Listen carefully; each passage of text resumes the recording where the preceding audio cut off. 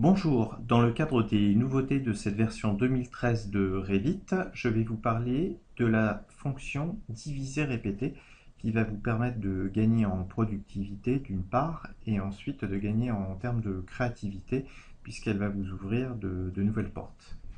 Alors tout d'abord, nous allons nous attacher à commenter la fonction de répétition automatique d'un composant adaptatif. Sur cet exemple, vous voyez donc une structure un peu complexe qui a été générée grâce aux outils de modélisation conceptuelle de Revit. Et vous avez à cet endroit-là un composant adaptatif qu'on place donc par 5 points. Donc nous pourrions tout à fait reprendre ce composant adaptatif ici et venir par exemple le placer. Donc premier point, deuxième point, troisième point, nous allons le placer, vous voyez, sur la structure de cette forme. Nous allons venir cliquer ici le dernier point qui se trouve à cet endroit-là. Et nous allons maintenant nous servir très facilement de la fonction qui permet de répéter automatiquement. Alors pour cela, on va tout simplement venir sélectionner les éléments que nous souhaitons répéter. Donc, par exemple, ces trois éléments-là. Et vous avez cette petite fonction tout en haut dans la barre de modification qui s'appelle donc répéter. Et à partir du moment où nous allons cliquer sur répéter, automatiquement Revit va répéter cet ensemble d'éléments sur cette structure qui elle est composée d'un certain nombre de trames que vous voyez ici. Donc c'est vraiment très pratique, ça nous permet de quadriller très rapidement un projet. Cette fonction de répétition, nous allons aussi l'utiliser dans le cadre de l'utilisation de la fonction division. Alors cette fonction de division qui fonctionne avec la fonction de répétition, elle est très utile. Imaginons par exemple une spline comme ceci, positionnée donc au niveau du sol. Eh bien, nous pourrions tout à fait demander à Revit automatiquement de venir diviser cette trajectoire. Vous voyez qu'on obtient des divisions ici. Bien entendu, on peut gérer le nombre de divisions, c'est-à-dire qu'ici, on pourrait tout à fait définir, eh bien, nous aurons uniquement 3 points en fait, sur cette ligne. Et nous pouvons ici définir le type de répétition, enfin le type de division que nous souhaitons sur notre projet, à savoir soit une distance fixe ou alors un nombre fixe. Si par exemple on décide d'utiliser une distance fixe, eh bien on pourrait tout à fait dire, eh bien je souhaiterais que ce soit tous les 2 mètres, et là tous les 2 mètres on va obtenir une répétition. La justification en fait va correspondre au positionnement de ces points, c'est-à-dire est-ce qu'on va partir du début ou est-ce qu'on va partir du centre et ensuite venir déployer tout au long de la ligne, etc. On peut demander à afficher aussi les numéros, hein, ce qui peut faciliter les choses. Ça peut être utile par exemple pour fabriquer un escalier un peu particulier. On peut définir des valeurs de retrait, que ce soit au début ou à la fin, et on peut tout à fait associer ces modifications à un paramètre qu'on viendrait rajouter comme ceci. Donc là, je vais très simplement revenir sur le nombre fixe, et là, je vais dire que je vais repositionner de manière à avoir 4 répétitions comme ceci.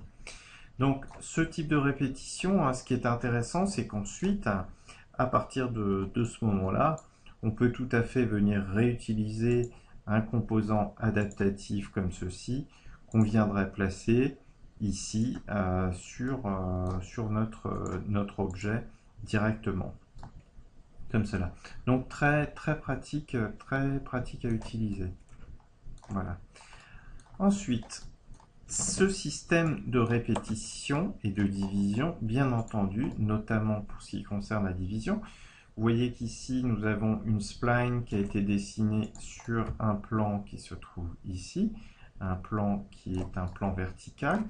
Je suis venu dessiner une spline sur ce plan vertical, et bien cette spline, je peux là aussi encore une fois la sélectionner, demander à la diviser, et là ensuite au niveau des intersections, je pourrais tout à fait ici venir définir que j'ai à cet endroit-là terminé. Voilà, je pourrais tout à fait revenir sélectionner cet élément-là et définir que la liste des intersections, je vais demander à ce que ma ligne soit coupée par les 4 niveaux qui se trouvent ici.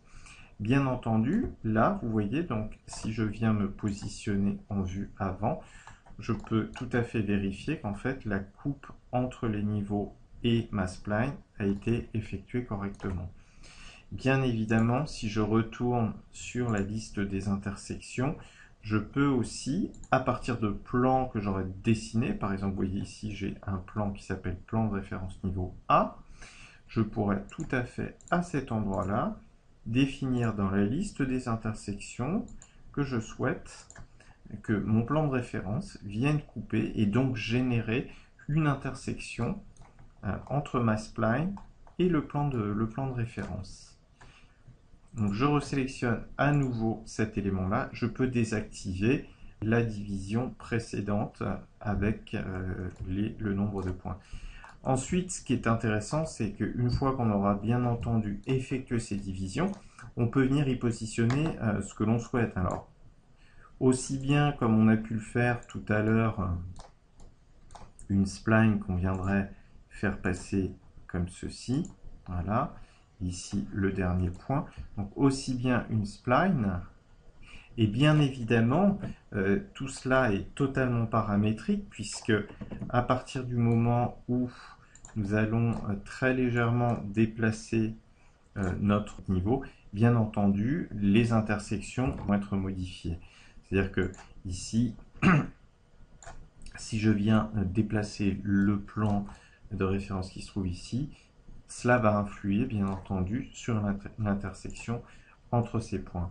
Mais une autre possibilité qui est intéressante, donc je vais revenir ici très simplement à partir de cet élément-là, je pourrais tout à fait venir cette fois-ci positionner sur mon parcours peut-être un carré, éventuellement un cercle ici, et à partir du moment où je vais sélectionner ces deux éléments-là, si je clique à nouveau sur la fonction de répétition, eh bien vous voyez qu'il va y avoir une répétition qui va s'effectuer et qui va intelligemment reprendre chacun de mes profils, donc à savoir un carré, un cercle, un carré, un cercle, et cela sera répété de manière intelligente tout au long de ce parcours comme ceci. Voilà, donc grâce à cette fonction de division-répétition dans Revit 2013, vous allez pouvoir optimiser à la fois la productivité et aussi votre créativité avec Revit. Merci, à bientôt, au revoir.